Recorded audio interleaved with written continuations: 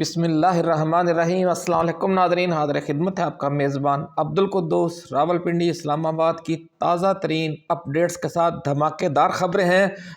آج ترجمان دفتر خارجہ پاکستان طاہر اندرابی نے کہا ہے کہ فیلڈ مارشل عاصم منیر کے امریکہ کے دورے کے حوالے سے رائٹر کی خبر درست نہیں۔ ایسے کسی بھی دورے کا اعلان حکومت پاکستان کرتی ہے۔ رائٹر کی خبر میں جو قیاس آرائیاں کی گئی ہیں دباؤ کے حوالے سے، فیلڈ مارشل عاصم منیر پر دباؤ کے حوالے سے، ویسا کوئی معاملہ نہیں ہے۔ پاکستان کے دفتر خارجہ نے ناظرین کرام فیلڈ مارشل عاصم منیر کے مجوزہ دورہ امریکہ کی فوری تردید کرنا کیوں مناسب سمجھا؟ اس خبر کو جب ہم غزہ فورس میں شمولیت سے پاکستان کے انکار اور صدر ڈونلڈ ٹرمپ کے اصرار اور وزیر اعظم شہباز شریف کی روسی صدر پیوٹن سے زبردستی کی ملاقات اور فیلڈ مارشل عاصم منیر کے لیبیا میں روس نواز گروپ کے فیلڈ مارشل خلیفہ حفتر سے ملاقات سے ملا کر پڑھتے ہیں اور لیبیا کے حالیہ دورہ سے ملا کر پڑھتے ہیں تو ساری صورتحال واضح ہو جاتی ہے کہ پاکستان اور امریکہ کے تعلقات میں جو پچھلے 2 سال گرم جوشی رہی، وہ معاملات اب وہ نہیں رہے گرم جوشی والے، اور پاکستان نے مشرق وسطیٰ اور افغانستان کے معاملات میں صدر ٹرمپ کی خواہشات اور صدر ٹرمپ کی پالیسیوں کی اندھا دھند حمایت کی جو پالیسی ہے وہ اب تبدیل کر لی ہے۔ یہ ہے اندر کی بات جو آج ہم آپ کے ساتھ شیئر کرنے جا رہے ہیں۔ اس پالیسی شفٹ کے تحت اب پاکستان چین اور روس کے ساتھ اپنے تعلقات کو بیلنس کر رہا ہے۔ اس بڑی اسٹریٹجک تبدیلی کے پاکستان کی داخلی سیاست پر بھی اثرات مرتب ہوئے ہیں اور فوجی اسٹیبلشمنٹ نے عمران خان اور پاکستان تحریک انصاف کے